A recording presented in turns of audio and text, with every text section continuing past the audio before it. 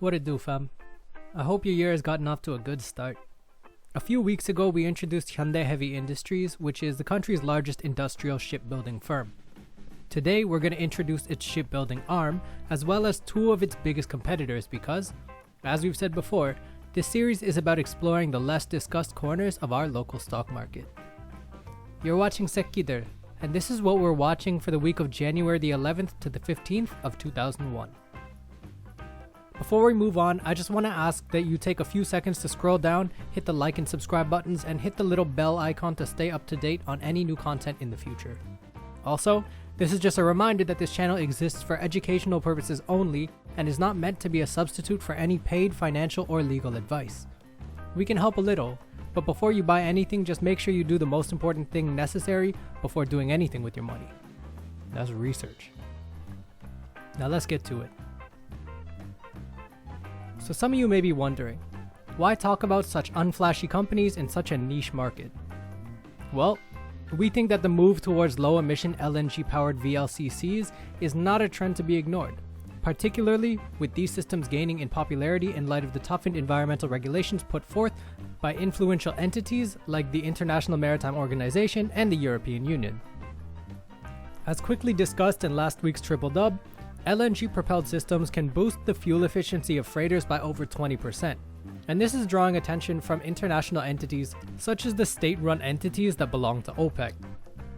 Specifically, researchers at NH Investment and Securities are anticipating massive orders from the Qatar project in the second quarter of 2021.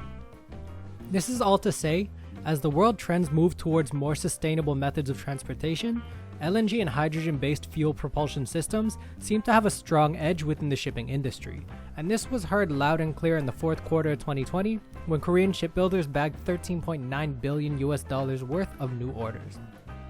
With regards to LNG carriers, Korean shipbuilders are expected to reach over 90% market share when including the December numbers for 2020, and they'd already dominated the market with over 80% market share in the months preceding the December windfall. Overall, Korean shipbuilders accounted for 43% of total global shipbuilding orders in 2020, and that speaks to the influence of our domestic industry abroad. Now, shipbuilding sounds like a small market to focus on, but it has historically been one of the most influential industries that helped pull Korea into the 20th and now the 21st centuries. In fact, HHI's Korea Shipbuilding and Offshore Engineering arm, or KOSC, has maintained its momentum and has already bagged the first large order for 6 mid-sized LNG-fueled container ships in the first week of 2021. Before we continue though, let me burst this confidence in the industry a little bit. See, shipbuilding is not a cakewalk business. Exponential growth is difficult as the shipbuilding industry is both cyclical and expensive. In fact, prior to the December windfall and new heightened expectations for LNG-powered carriers, Korea's shipbuilding and offshore engineering saw their cash from operations dwindle for 4 consecutive years.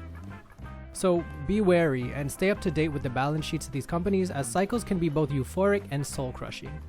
And it's really in your best interest to not let your soul get crushed. Now, while HHI is the largest shareholder of KOSC, it's also widely held by many of Korea's institutional investors, including the National Pension Service, as well as significant global players such as the Vanguard Group, BlackRock, and JP Morgan. Now, how much this matters to you is just a matter of perspective, but it's important to note that while HHI is the parent company and a top shareholder, they are far from being majority owner, so if you're drawn to HHI in large part because of their stake in KOSC, it might just be in your best interest to invest in the shipbuilder directly instead. As mentioned before, KOSC bagged massive December deals with $5.5 billion worth of orders that accounted for 55% of their total yearly orders. So if that's something that's driving your interest, maybe look at the company directly rather than their busy and preoccupied parent. That being said, in spite of all the good news, KOSC is not really profitable at all at the moment, but you can expect to see those numbers pick up as projects are completed and compensation is awarded. Still, they have a lot of ground to cover in the short term after operating at a huge loss in 2019 and struggling through the first 3 quarters of last year. And although their price to sales and their price to book look quite good, their PE multiple is rough and they haven't paid a dividend in years. But like we said at the top, shipbuilding is heavily cyclical. It's one of those industries where if you do your job really well, you minimize your customer base going forward, since your dope ass ships with their long ass lives mean that your happy customers won't be back for a while. So it goes without saying that those looking to buy now are likely doing so based on indications that the cycle is now turning in the company's favor, on top of the emerging trend towards LNG carriers. Also, with so many companies having simply retired their perfectly good ships in the wake of the pandemic, we may see a rush of orders as they aim to replace them if they survived at all. Now, if these companies opt to go green, Korean shipbuilders and their LNG dual propulsion systems could be in prime position to drive that particular industry into the future. So the next two companies we're going to mention are Samsung Heavy Industries and Daewoo Shipbuilding and Marine Engineering. Starting with Samsung, SHI came in a close second to the KOSC with a total order intake of $4.5 billion in December. This accounted for over 80% of their yearly order intake. Now, similar to the KOSC, Samsung has also already received an order this year from Korean shipping company PanOcean. The firm, which is also held by the NPS, BlackRock, and Vanguard, is majority owned by the general public up to an amount of almost 58%. Samsung and its subsidiaries only own a quarter of the company, with institutions making up only about a quarter of their ownership. Thus, public investors hold an inordinate amount of sway in the direction of the company. So if you decide to buy, make sure you pay attention to what's happening with the company and participate in the voting round, since your voice really could make a difference. Finally, DSME. Daewoo's maritime machinery arm only totaled $1.5 billion in orders, which, although comparatively small, was enough to hold them over as they pursue more contracts going forward. Of the three companies, Daewoo actually has the least ugly PE ratio, but it's also really important to look into the other numbers before deciding whether or not this is the horse that you want to pick. Now, estimating the fair value of any of these companies can be difficult given the lack of consistency in returns for the entire industry. But if you're looking for a potentially overlooked trend to get a jump on as the world accelerates its move towards green energy, the shift of essential infrastructure for an industry as important as international maritime trade can be one to look into. Everybody already knows about EVs and wind power. Just look at LG Chem's stock price and you can see that the growth is already priced in.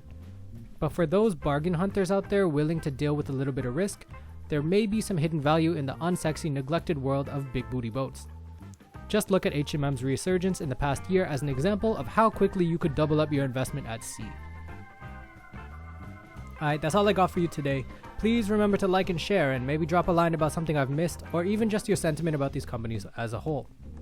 Don't forget to look at their balance sheets, and also watch the companies and the industry going forward as a whole, because at the end of the day, we can't predict the future.